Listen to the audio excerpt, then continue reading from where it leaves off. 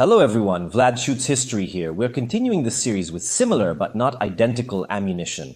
We've seen the 223, the 556, we've seen the 762 NATO versus the 308. Another one highly requested by you, my viewers, is the 9X-19. Compared to the 9X-21, the 9NM is extremely widespread in the world, but in Italy we have a bit of an exception since we don't use, like the rest of the world, the 9X-19, but we use the 9X-21. Actually, the legal issue is a bit strange in the sense that the 9X-19 in Italy is prohibited for short and semi-automatic weapons, which excludes long guns and weapons like revolvers, where it is actually perfectly legal. In fact, all semi-automatics are in 9X21, while some long guns are in 9X19. Well, anyway, the legal issue is very complicated. Probably many of you who are shooters or have owned guns for a long time or own some old pistol know that there was another one, just like that, in Italy. That is, with the 45 hollow point, when the 45 automatic Colt pistol, now very widespread, actually spread all over the world, was prohibited. So, very roughly but very intuitively in these nomenclatures of ammunition. Usually the second number, we have the first, which is the caliber for 19, which describes the length of the casing and the casing itself. The length of the 9X-19 casing is quite intuitively 19 mm. Actually, 19 mm is a little something, while the length of the 9X-21 casing we intuit is 21 mm. Again, not exactly 21 mm, a little more than 21 mm.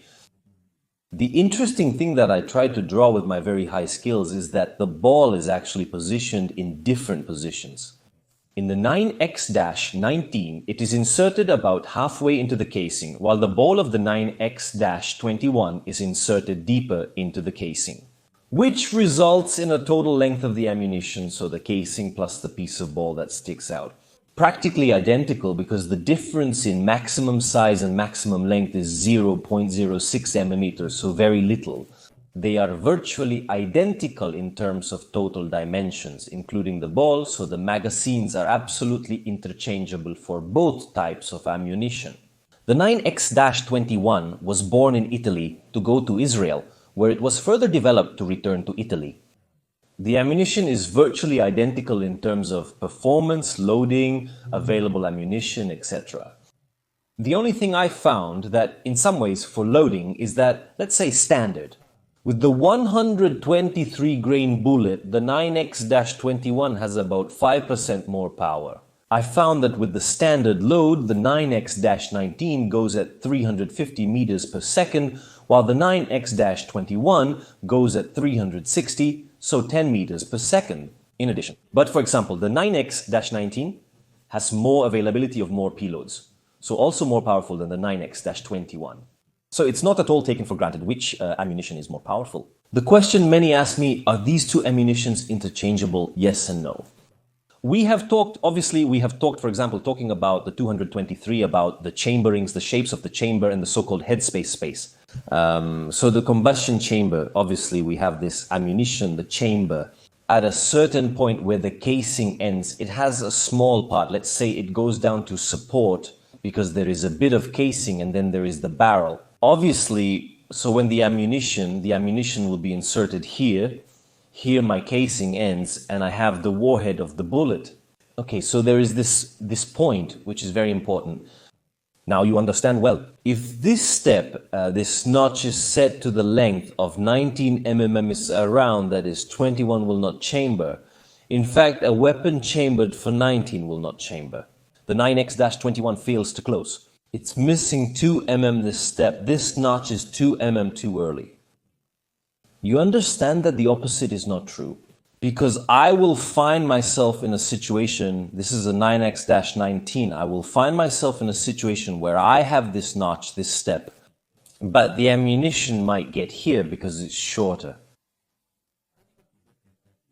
Obviously my drawings are quite exaggerated because this is the 21, here we have the 19, we have 2 mm of space. It will chamber correctly, yes, but it can still cause problems.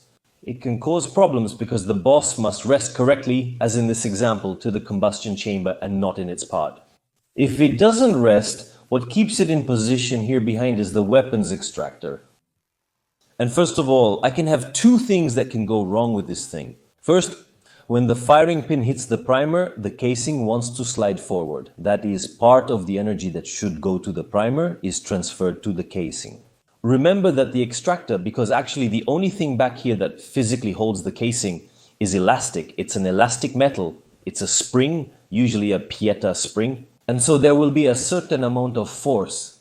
That doesn't end at the primer, because all this ammunition wants to go forward, which will pull the extractor, and the extractor will absorb this energy. So it can also cause problems to the primer. The second thing is that when the ammunition explodes, actually the force pushes it in all directions. The boss expands, as I've already told you, when a shot is fired. And what happens when there isn't any material here to support our casing, our ammunition?